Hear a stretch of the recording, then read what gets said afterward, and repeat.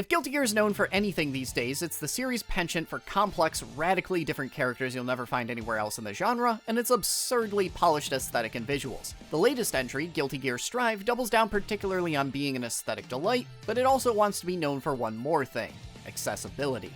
The fighting game genre has a bit of a reputation as one of the more difficult kinds of games to get into, and even inside the genre, Guilty Gear has tended to be one of the more esoteric and difficult series to wrap your head around. But the developers behind it have been spending years trying to change that. Strive is the latest natural step in that progression, coming with not only one of the most comprehensive and effective tutorials ever put in a fighting game, but also a complete overhaul designed to lower the series' skill floor. And as I'm gonna get into, I think they finally managed to pull it off.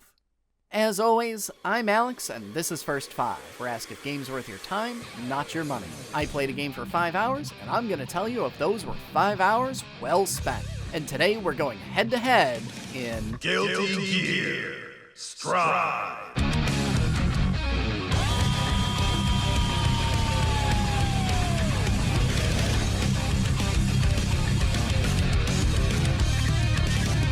So as a franchise, Guilty Gear doesn't usually miss. I'm trying to think of the last time a title from Arc System Works, the developer, wasn't positively received on launch, and I'm drawing a blank. Whether Strive was going to be a baseline competent game wasn't really much in question, even with a complete overhaul of its gameplay loop. But I need to explain the very specific angle that I'm coming at this game from. I've been playing fighting games, including Arc Sys titles, on and off for over a decade at this point. And in all of that time, I've never managed to actually get good at a fighting game. They're fun, but I have two left hands when it comes to doing something as complicated as an uppercut, much less some absurd full 30-hit combo. Getting good at fighting games kind of requires you to practice them the same way you would a sport or instrument, and as I bring up every 5 minutes, I'm well past the stage of my life where I can dedicate the kind of time to do that. So I think that I'm actually fairly well placed to comment on whether or not Strive's efforts to make the game more accessible to the layman actually worked or not. This isn't Arc Sys' first time trying to do this. Guilty Gear has already been lauded in the past for its groundbreaking tutorials in past titles. But I've played those games, I've done those tutorials, and I still pretty much show up just to get my ass beat anytime I play them. Strive takes it a step further though. If you thought the last few tutorials Arc Sys made were pretty cool, wait until you get a look at Mission Mode, which is probably the single most exhaustive fighting game tutorial in existence. It does everything from explaining the game's most basic concepts all the way up to your master's course material that normally you'd have to refer to a YouTube video to learn. It's also conveniently broken down into sections based on complexity and is clearly designed to be something you chip away at, learning a few missions every time you turn the game on. Critically, you only really have to get like a half hour deep into these missions before you've learned everything you need to go start having fun in a match, but once you've gotten your feet under you, there's hours worth of tutorials here to help you get better at the game. But what I found particularly interesting were the missions that didn't focus on explaining concepts, but just sat back and taught you what to do in a specific situation. How do you handle a guy blitzing straight at you? How do you deal with someone that does nothing but throw out huge moves? What do you do when you need to close in on someone? Strive isn't just teaching you what its myriad systems do, but also just the fundamentals of the genre in general. And even outside of mission mode, Strive comes with a literal instruction manual for almost every single one of your moves for every single character.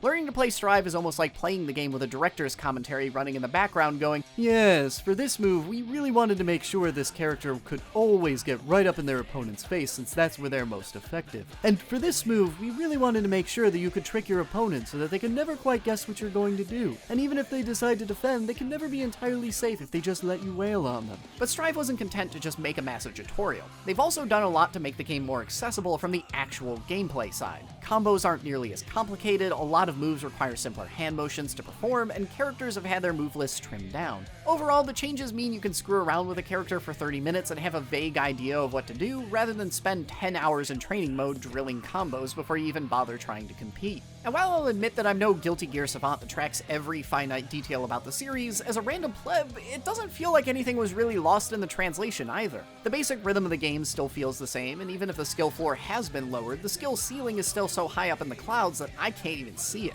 And overall, I really like how Guilty Gear has restructured itself, and not just because the execution barrier has been diminished so much. I don't think I've ever played a fighting game that so nakedly expresses what its every move is for. Okay, I suppose I have to actually explain what I mean when I say that. So this probably sounds like a very basic statement, but once you start thinking about fighting games this way, it's a little bit revelatory. Every move in the game is designed with a specific purpose in mind. Every good fighting game character is a Swiss Army knife, and every attack they can execute is one of the blades on that knife. And a big part of learning how to play a fighting game is learning what every blade on your Swiss Army knife is supposed to do, when you should use it, and when it's a bad idea to do so.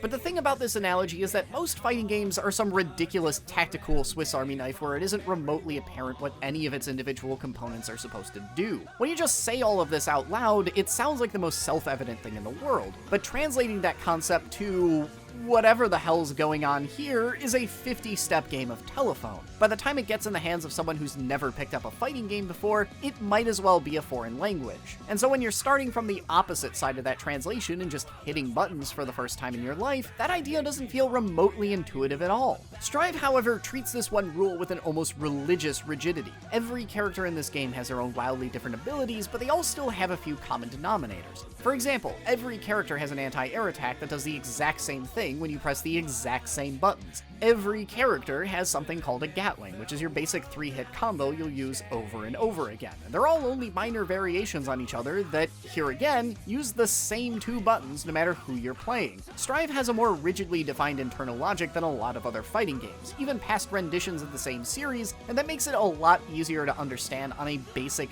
gut level. It's not the first fighting game to try and do this sort of thing, but when you take this fairly coherent internal logic and extensively document exactly how it all works through the aforementioned tutorials, the game is virtually transparent to even a layman. Strive cuts through all the layers of smoke and mirrors that most other fighting games cling to, and it's significantly better for it. And I know that some of these changes have ruffled enough feathers among longtime fans to be called quote-unquote controversial, but I'll just sum up my opinion with this.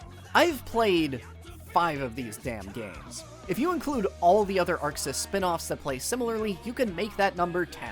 Out of all of them, Strive is the most fun I've ever had playing an Arc Sys title. And a large part of that comes down to the fact that this game is willing to meet me on my level and speak to me in a language I actually understand.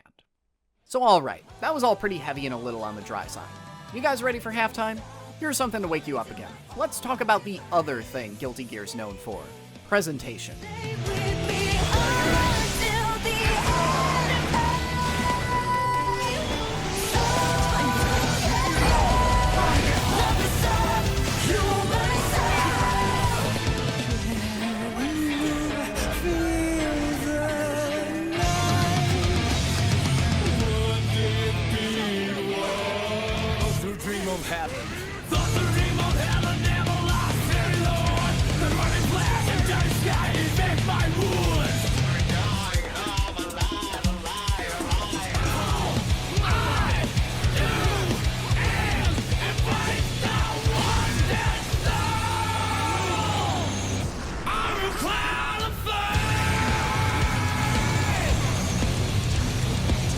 I usually let the soundtrack speak for itself in the background of these videos, but this shit's too good to ignore. This isn't just one of the best video game soundtracks I've heard this year, it's also probably one of the best metal albums, and one of the best musical scores too. Any one of these songs would be comfortable at the top of a Spotify chart or work as that moment in a musical where a character stops and sings their entire outlook on life for 3 minutes. Hell, some of them, like Axel's theme, even have a narrative through line in them. This soundtrack works phenomenally on so many different levels, and even compared to past soundtracks, which are all bangers in their own right, Guilty Gear really went all out here. Speaking of going all out though, holy smokes does this game look good. Guilty Gear's already been making a name for itself with its bizarre 3D modeled anime magic, which not only looks phenomenal, but also allows for all kinds of absurd camera work a lot of other 2D fighters just can't match. But every time a new one of these comes out, they manage to push it even further. The most obvious example where this all comes together is with the fight intros and the big supers. Like, just watch this. You get numb to it after a few hours, but it just looks so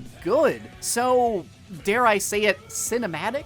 But Strive also benefits in the little details. The UI looks phenomenal, and I've never played a fighting game that sells a proper counter hit quite like Strive does. As a side note, this is just another of those little details I'm talking about that makes the game easier to play. For those not in the know, counter hits are basically windows to absolutely dump truck your opponent, but they're fairly narrow windows that are easy to let slip past. Half the time when I'm playing fighting games, I haven't even registered I got one until the moment's already passed, but in Strive, it's impossible to miss. And then there's the last big feature of Guilty Gear Strive that I haven't even gotten to touch on yet, which is that this game's actually got a story mode that they put a lot of work into. And it's A 5-hour movie that's 50% just people spouting random pseudo-philosophy at each other. Which came first, the chicken or the egg? You know the question, but do you know the answer? What? The omelet. Man, I knew that Guilty Gear was a metal album with a game attached to it, but I didn't realize it came with a season of Ruby, too.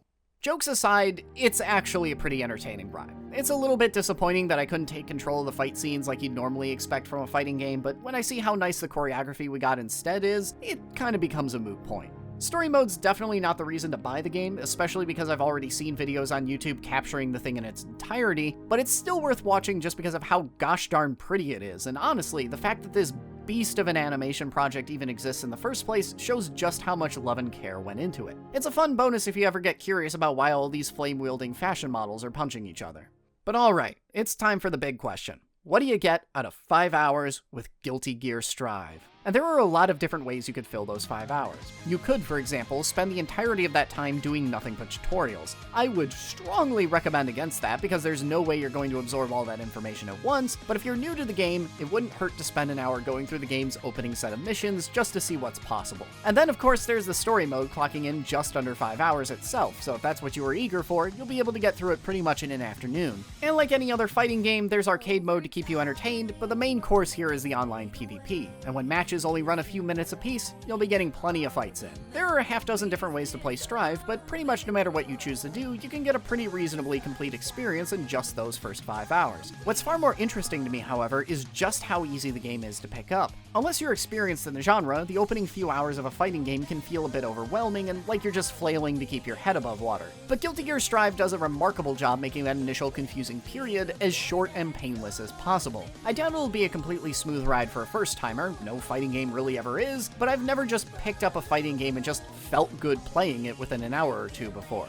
It's been years since I've had as much fun with a game in this genre as I'm having with Strive, and I think you might have some fun with it too.